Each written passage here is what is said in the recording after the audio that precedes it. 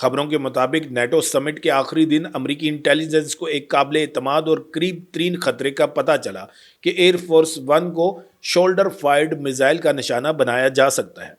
یہ خطرہ اس وقت اور شدت اختیار کر گیا جب امریکی اہلکاروں کو پتہ چلا کہ ایرانی ایجنٹس نہ صرف انقرہ میں ٹرمپ کی موجودگی سے باخبر ہیں، بلکہ انہیں اس ہوٹل کی بالکل ٹھیک منزل کا بھی علم ہے جہاں ٹرمپ ٹھہرے ہوئے تھے۔ اب ذرا سوچیں، ایک طرف آپ کے پاس ایک ایسا میزائل ہے جو کندھے سے فائر کیا جا سکتا ہے اور جہاز کے گرم انجنوں کو نشانہ بنا سکتا ہے، اور دوسری طرف دشمن کو آپ کی لوکیشن کا مکمل علم ہے۔ یہیں سے سیکرٹ سروس کا سب سے بڑا آپریشن شروع ہوا۔ ٹرمپ اور ان کے چند قریبی ساتھیوں نے ایک کیٹرنگ ٹرک کا استعمال کیا جو عام طور پر ہوائی جہاز میں کھانا پہنچانے کے لیے استعمال ہوتا ہے۔ اسے ہائیڈرولکس کے ذریعے جہاز کے دوسرے دروازے تک اٹھایا گیا۔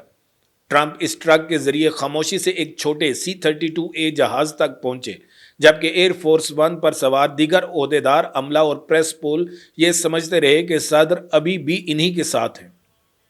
یہ ایک سینیمیٹک منظر تھا جہاں ایک بڑا جہاز ڈیکوئے بن کر اڑا اور دوسرے پر صدر محفوظ طریقے سے برطانیہ پہنچ گئے۔ یہاں سب سے اہم سوال یہ اٹھتا ہے کہ آخر اس خطرے کا ذریعہ کیا تھا؟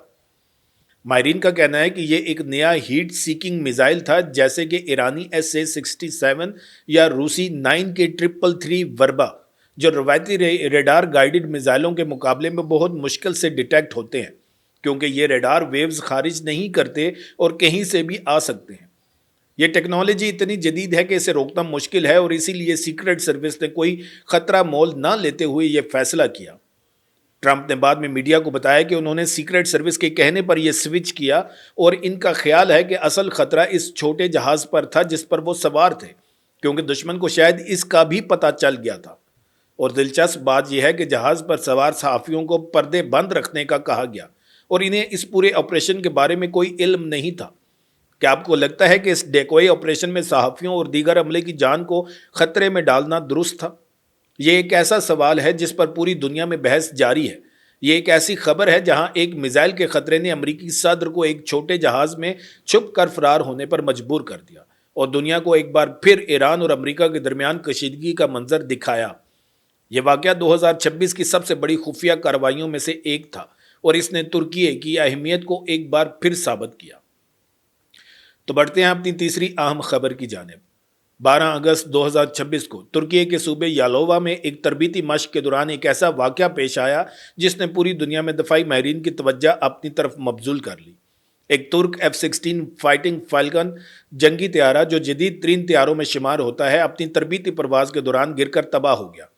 آپ ذرا تصور کریں، ایک ایسا جنگی طیارہ جو لاکھوں ڈالرز مالیت کا ہے، جدید ٹیکنالوجی سے لیس ہے اور ہوا میں بجلی کی رفتار سے دوڑتا ہے، وہ اچانک زمین سے ٹکرا جائے تو یہ منظر یقیناً چونکا دینے والا ہے۔ لیکن اس واقعے کی سب سے حیرت انگیز بات یہ ہے کہ طیارہ تباہ ہو گیا، لیکن اس کا پائلٹ بالکل محفوظ ہے۔ جی ہاں، آپ نے بالکل ٹھیک سنا، پائلٹ نے بر وقت ایجیکشن سیٹ کا استعمال کرتے ہوئے اپنی جان بچا لی اور پیراشوٹ کے ذریعے محفوظ طریقے سے زمین پر اتر گیا۔ یہ ایک ایسا معجزہ تھا جس نے ثابت کیا کہ جدید جنگی طیاروں میں پائلٹ کی حفاظت کو کس قدر ترجیح دی جاتی ہے۔ اب سوال یہ ہے کہ آخر اس حادثے کی وجہ کیا تھی؟ کیا یہ کوئی تکنیکی خرابی تھی، انسانی غلطی تھی، یا پھر کوئی اور وجہ؟ ترک وزارت دفاع کے مطابق یہ طیارہ اپنی فضائیہ کے ایک بیس سے تربیتی پرواز پر نکلا تھا کہ اچانک اسے کوئی مسئلہ پیش آیا اور یہ یالووا کے علاقے میں گر کر تباہ ہو گیا۔ تاہم وزارت نے واضح کیا کہ حادثے کی اصل وجہ مکمل تحقیقات کے بعد ہی سامنے آئیں گی۔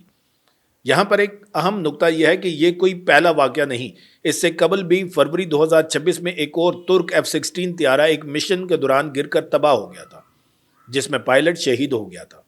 یہ واقعہ اس حادثے کو مزید اہمیت دیتا ہے اور ترکی کی فضائیہ کے لیے ایک بڑا چیلنج ہے۔ اب آپ سوچ رہے ہوں گے کہ آخر وہ کون سی ٹیکنالوجی ہے جس نے پائلٹ کی جان بچائی؟ یہ ہے SS-2 ایجیکشن سیٹ، جو کولنز ایروسپیس کی تیار کردہ ایک جدید ترین سیٹ ہے۔ یہ سیٹ F-16 طیاروں میں نصب ہوتی ہے اور اس نے اب تک 600 سے زائد پائلٹس کی جان بچائی ہے۔ اس کی خاص بات یہ ہے کہ اس سے پائلٹ کی ریڑھ کی ہڈی کو کم سے کم نقصان پہنچتا ہے، جبکہ دیگر ایجیکشن سیٹوں کے مقابلے میں یہ بہت زیادہ محفوظ ہے۔ یہ سیٹ 40G کے اثرات کو برداشت کر سکتی ہے اور 600 ناٹ کی رفتار اور 60,000 فٹ کی بلندی پر بھی کام کر سکتی ہے۔ سوچیں ایک پائلٹ جب اپنی جان خطرے میں دیکھتا ہے تو یہ سیٹ اسے 1 سیکنڈ میں محفوظ جگہ پر پہنچا دیتی ہے۔ یہ واقعی ایک کمال کی ایجاد ہے۔ یہ واقعہ پاکستان کے لیے بھی بہت اہمیت رکھتا ہے کیونکہ پاکستان کی فضائیہ بھی F-16 طیاروں کا استعمال کرتی ہے۔ یہ وہی طیارے ہیں جو امریکہ سے پاکستان کو فراہم ہوئے ہیں اور یہ پاکستان کی فضائیہ کی ریڑھ کی ہڈی کی حیثیت رکھتے ہیں۔ دوستو یہ واقعہ ہمیں یہ سبق دیتا ہے کہ جدید جنگی ٹیکنالوجی کے باوجود حادثات ہوتے رہتے ہیں اور ان سے بچنے کے لیے مسلسل تحقیق اور تربیت کی ضرورت ہوتی ہے۔ ترکی کی فضائیہ اس حادثے کی تحقیقات کر رہی ہے تاکہ مستقبل میں ایسے واقعات کو روکا جا سکے۔ یہ بھی ممکن ہے کہ یہ حادثہ کسی پرانے پرزے یا تکنیکی خرابی کی وجہ سے ہوا ہو جس کا پتہ تحقیق کے بعد ہی چل سکے گا۔ اب آپ کی باری ہے۔ کیا آپ کو لگتا ہے کہ چین اس معاہدے کو اپنے حق میں استعمال کر پائے گا یا یہ معاہدہ امریکہ اور چین کے درمیان طاقت کے توازن کو بدل دے گا؟ کیا آپ کو لگتا ہے کہ جو واقعہ ٹرمپ کے ساتھ پیش آیا اس طرح کا خطرہ مستقبل قریب میں کسی اور عالمی رہنما کو بھی لاحق ہو سکتا ہے؟ ترکی میں ہونے والے F-16 کے حادثے سے پاکستان ایئر فورس کو کیا سیکھ لینی چاہیے؟ نیچے کمنٹ سیکشن میں اپنی رائے کا اظہار ضرور کریں۔ ویڈیو کو لائک، اپنے دوستوں کے ساتھ شیئر اور چینل کو سبسکرائب کر کے بیل کا آئیکن دبانا نہ بھولیے گا۔ ویڈیو کو آخر تک دیکھنے کا بہت شکریہ۔ پھر ملیں گے ایک نئی ویڈیو کے ساتھ۔ اللہ تعالیٰ آپ سب کا حامی و ناصر ہو۔ پاکستان زندہ باد۔